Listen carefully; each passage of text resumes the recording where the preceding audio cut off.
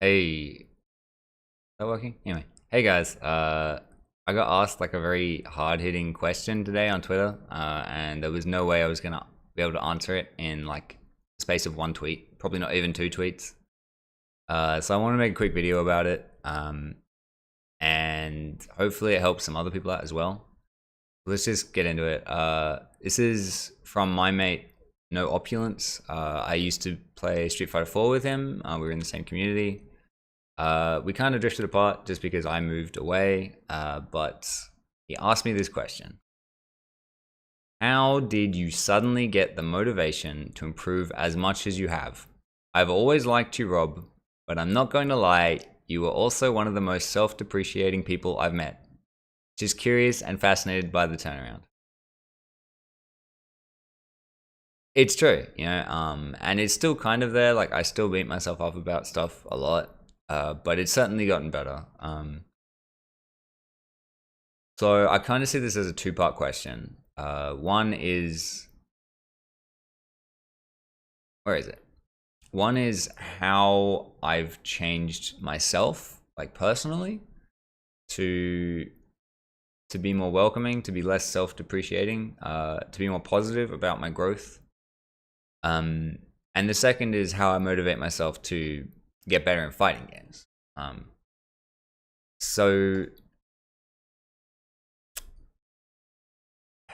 whether this is right or wrong, I mean, it's probably not the best way to think about life, but I kind of always felt like I came second in everything I did, like in relationships, in running races, in video games, in school.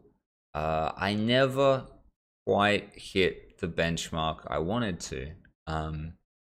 And like I have a job that most people would kill for, but it wasn't where I wanted it to be. I was in like the top 1% of World of Warcraft arena players, but I wanted more. I wanted to be top 0.5% to be gladiator rank. And I always felt like I would just always come a little bit short of my expectations. And this kind of permeated through every aspect of my life, fighting games as well. So what happened is I kind of got to this phase in my life where we were playing World of Warcraft Arena super seriously, and my teammates couldn't play anymore. They had to move, they had to do other things. They didn't have internet where they were going, and we couldn't play. So in that time, I thought to myself, like, I've got a very strong background in card games. Let's play Hearthstone. Let's get to legend rank, because I need to prove to myself, like for at least once in my life, that I can actually achieve what I set out to do. Like actually get what I want out of something. Not just kind of come second. Like I want to come first this time. I want to do what I set out to do. I want to achieve that. So I would get home at like 6:30, and I would play Hearthstone like non-stop till like 2 a.m. And it took me about 3 months, but I got to legend rank. And not only did I get to legend rank in Hearthstone, which from memory is about top 0.25% of Hearthstone players. But not only did I get legend rank, I actually broke into the top 100 players in North America. And when you get into the top 100, you start accumulating points, which go towards qualifying for like the regional tournaments and stuff. So I was like, why stop here? Let's try and qualify for the ANZ qualifiers. And so I kept playing, I kept pushing, I stayed motivated because I had another goal. I was like, I'm just gonna keep getting better. I'm gonna enter into the ANZ qualifiers, and we'll be good, right? So I started playing a lot of tournaments. I started trying to push into like stay in the top 100 ranks. I actually peaked at top 10 in, like, I peaked at rank 10 in North America, like out of everyone, like top 10. And I qualified for the ANZ qualifiers, and not only did I qualify for the ANZ qualifiers, I actually ended up with enough points to just go straight into the ANZ finals. And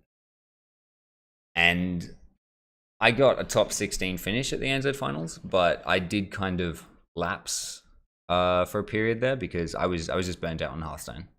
I just played it so much. I did everything that I set out to do and more. And I lost motivation. So I kind of lapsed there, but I still got a top 16 finish. So while it was a short period of time, and I probably wasn't super well known, I would say that for that brief period of time, I was one of the best Australian Hearthstone players. And the results prove that, you know, that wasn't just something in my head. You know, I always used to tell myself that I could do anything I wanted to. You know, as long as I put in the time and effort, I could achieve my goals. But until that moment in time when the Hearthstone stuff happened, I never actually achieved it. You know, it was just something I would say. It was something in my head. But with this, I actually proved it. You know, I said that I would get legend rank, that I would come first instead of second. And I put in the time and I put in the effort and I did it. And not only did I do it, I exceeded all of my expectations.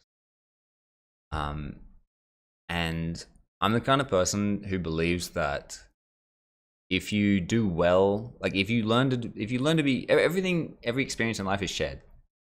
If you get good results in one thing, if you learn how to do something, that experience, that it can be easily translated into something else. If you learn to be, easy example is like you learn to be good at League of Legends. That process that taught you how to be good at League of Legends, you can apply to learn another video game. In fact, you could apply it to learn something outside of video games, something about real life, a new job. You know, we live and we learn and we grow as individuals over time. And I think people, a lot of older people, disrespect what video games really teach us. And this whole Hearthstone experience really taught me that I could achieve everything I wanted to as long as I put in the time. It was no longer just a saying in my head. This was reality. This is the results spoke for themselves. I was one of the best Hearthstone players in Australia for a very short period of time.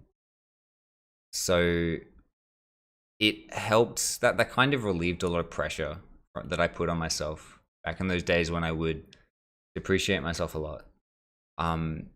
Because there was no longer this weight on my shoulder saying like, Rob, like you have to do this. You have to prove to yourself that you can be the best. That you can be good at something. And it helped me enjoy the game, you know? It helped me really just enjoy the game instead of putting all this pressure on myself. And I think that's a big part of why I was motivated to continually motivated to improve in Street Fighter. So obviously the second part of this question is motivating yourself to improve in a fighting game. And this will be shorter and probably much more cliche. But number one is to enjoy yourself. If you're not enjoying yourself, you're not going to be motivated, right? And like I said, like knowing with a fact that I could be good at something, really put like, you know, took a load off my shoulders, and I really started to enjoy the game more. I wasn't putting all this pressure on myself to achieve. I was just enjoying the game, you know, and I was obviously trying to improve at the same time. But if you aren't enjoying a fighting game, change characters, try something new, learn some new tech, because learning is fun, right? Like, yeah, as I said, it's super cliche, but learning is fun. Like that's why we play games, is so we can learn, so we can grow. We can learn new combos, new tech, new setups, and you feel a sense of achievement when you learn them and when you pull them off in games. Enjoy your fighting games. That's what all of this motivating in fighting games is about. Second thing is goals. I really love how Street Fighter V has very clear goals. Yeah, everyone wants gold rank, everyone wants silver rank. So you see those goals and you're like, I want to be silver rank, I want to be gold rank. And you get there and you're like, yes, I finally did it.